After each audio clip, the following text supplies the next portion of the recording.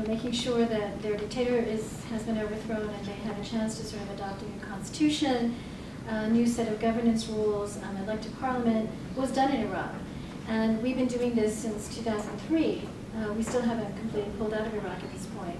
So to people looking back on that experience now that we're in 2011, does Iraq seem like a successful experiment, a successful approach to sort of correcting the problems of dictatorships, collapsed societies, failure of rule of law, failure of governance, failure of the parliamentary system and electoral system? Do people think Iraq worked? Yeah, Iraq worked. If Saddam was still there, we'd be still in a battle right now. We got enough countries that we got to battle and terrorists that we got to battle. Okay. But Iraq did work. When you're in Not really, because of the fact that it's going to end up more like it was in Vietnam, wherein we are constantly there. We don't move. We move in, redo the government, but we're always a force there. So it's like it's never over. It's an ongoing struggle for 10 to 15 odd years. Okay, how about you? Well, I was gonna say I'm not really sure. It seems like after we kind of finished, we just focused in other areas in the surrounding area. We never really hear much about it anymore. We kind of just pulled out. You had a comment? I think that if we got Saddam and we got Bin Laden and we still there, something ain't right. What do you think isn't right? Because I think that, what I'm saying, they basically waiting for us to leave so they can show themselves again. Just like he said, it's gonna be forever. We're gonna have to be there forever. Yeah. I think we pretty much established, what we went there for. And I mean, they have a new governing in Iraq now. They got Saddam Hussein out. They got rid of Bin Laden.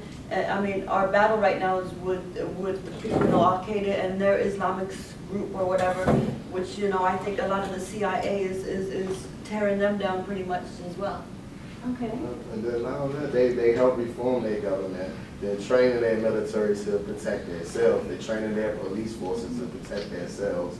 And not only that, some of the kids back then couldn't walk down the street without being recruited. Now they can actually go to school. Now they have a school to go to without having to worry about it being blown up or used as an insurgency.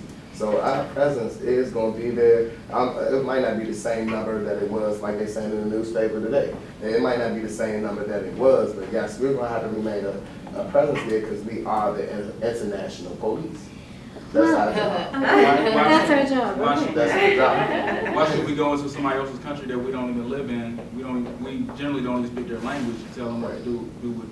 Because if they don't, they're going to crumble. Who's We want going to protect them. Yeah, So, do folks think that we should? Protect their oil.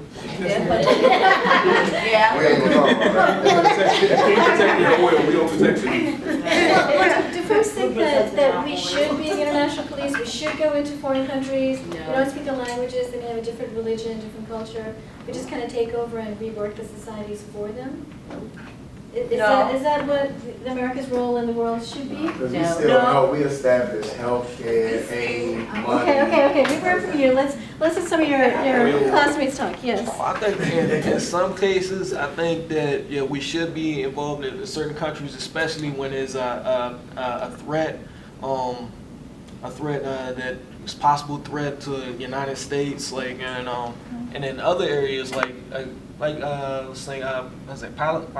Palestine. That's a classic example of where we're there because it's like I guess a strategic point just in case any country from in that area would try to attack us. So in certain cases I think yes, but in other cases like just going to random countries all over the world, just trying to help them out. I mean, I feel like we should probably help this country out first, and then worry about other countries. Okay. Well, you're making a very interesting point. You're saying that basically there has to be some sort of national security interest. In Afghanistan, obviously, the 9/11 attacks were launched from Afghanistan, plotted there. And secondly, with Iraq, we thought that were weapons of mass destruction. That turned out to be an incorrect assumption, but that was sort of the reason why we went into Iraq. And the whole idea in terms of, changing the nature of their societies, the way they govern themselves, the way they see themselves, the way they provide health care for their folks, or education for their young people, you know, is an undertaking of usually that country itself. It's very unusual for a foreign country like ourselves, the United States vis-a-vis Iraq, to come in and sort of displace all of those existing systems with our own vision for what should be. Now that's different from what USAID supposedly does. USAID goes in and they sort of, you know, choose sectors like the health sector or the education sector, and they sort of work in partnership with that country, whether it's Chad or Mali or Kenya or Cambodia or something. They work in those societies to basically, you know, in partnership with those folks, the government and private organizations, to essentially work through changing some of their governance structures, changing their healthcare systems, changing their education systems, or changing their infrastructure. But Iraq was a different kind of engagement because there was so much military power backing it up. Same thing for Afghanistan, there was so much military power backing up the changes. Thanks to America. Thanks to America. Right. Right, and now there's a lot of criticism with the huge budget debates that are going on, that we can't afford this. First of all, our own infrastructure is crumbling, our own education system has major problems, and we can't afford this kind of engagement, this kind of problem in terms of, you know, just going outside into the world and changing everything for everyone else when we really need to change things at home. Yes. That's the excuse that I'm tired of, and I'm gonna say that once again. We are not in debt. If the idiots in our own government would look into our own police stations, our own, what they call it, DEA, ATF, all these big old, what they call them, evidence lockers and all this, there are billions of dollars in U.S. drug money just sitting, and you're gonna tell me that we're gonna burn $300 billion and we're gonna just let that go to waste, but we're still in debt. No, that's an excuse. You know what, the 12 person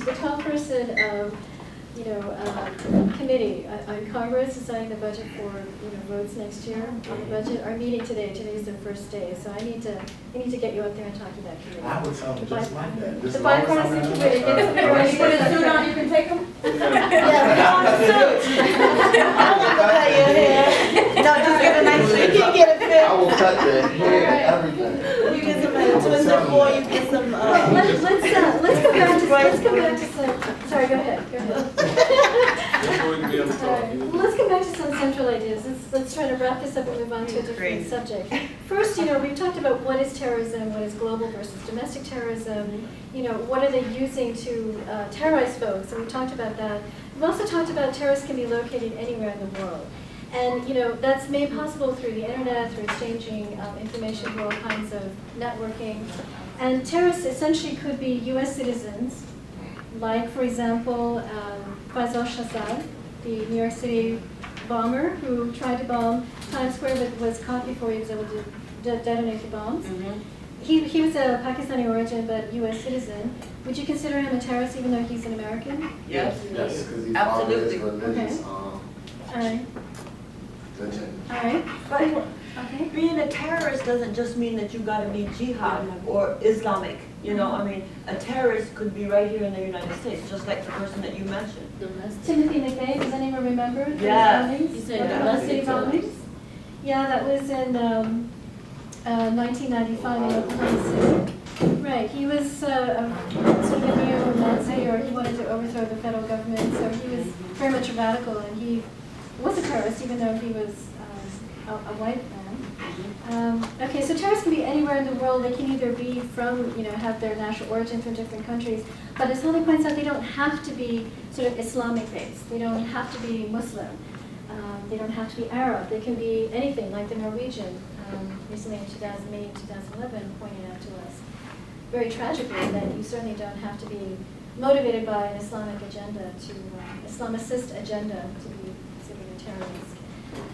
So it's an ever-changing phenomenon. It's worldwide. It can be, you know, bombings in the United States. It can be bombings in England. It can be bombings in Africa. It can be anywhere. So now, having said that, I think that, you know, we're at the eve of celebrating, if you can call it that, marking the 10th anniversary of the 9/11 attacks. And essentially, I think that we have reason to feel encouraged. And that is that the CIA drone in Pakistan on August 22nd, 2011, killed Al-Qaeda's second in command, Atif al-Rahman. Osama bin Laden himself was killed in May of this year. Another senior Al-Qaeda leader was caught in Pakistan and was picked up by Pakistani operatives in early September 2011. Just this month. We don't really know whether he's been killed, but he has been apprehended.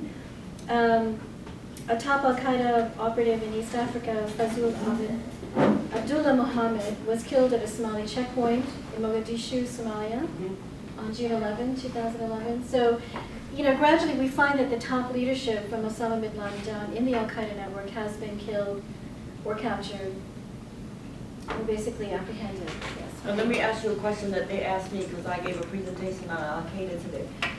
So with all that being said, and all those leaders being, you know, gone or dead or whatever, how do you feel the strength of Al-Qaeda is now?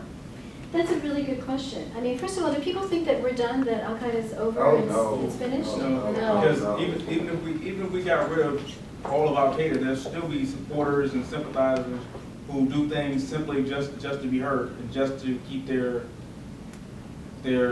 agenda going. Okay. And is Al-Qaeda just one organization, or? No, it's big, it's all over the It's all over the world. Where else are they operating? Everywhere. They're here too. United States. They're here, right here in the United States. Where else in the world is Al-Qaeda? They're in Egypt, Egypt, okay. they are in Pakistan, they are in Iraq, they are in Iran. They're all over the place. They might even Al-Shabaab. Al-Shabaab, very good. They Does everywhere. anyone know, Al-Shabaab is a Al-Qaeda affiliate in Somalia. Does anyone know what Al-Shabaab means? Oh, really?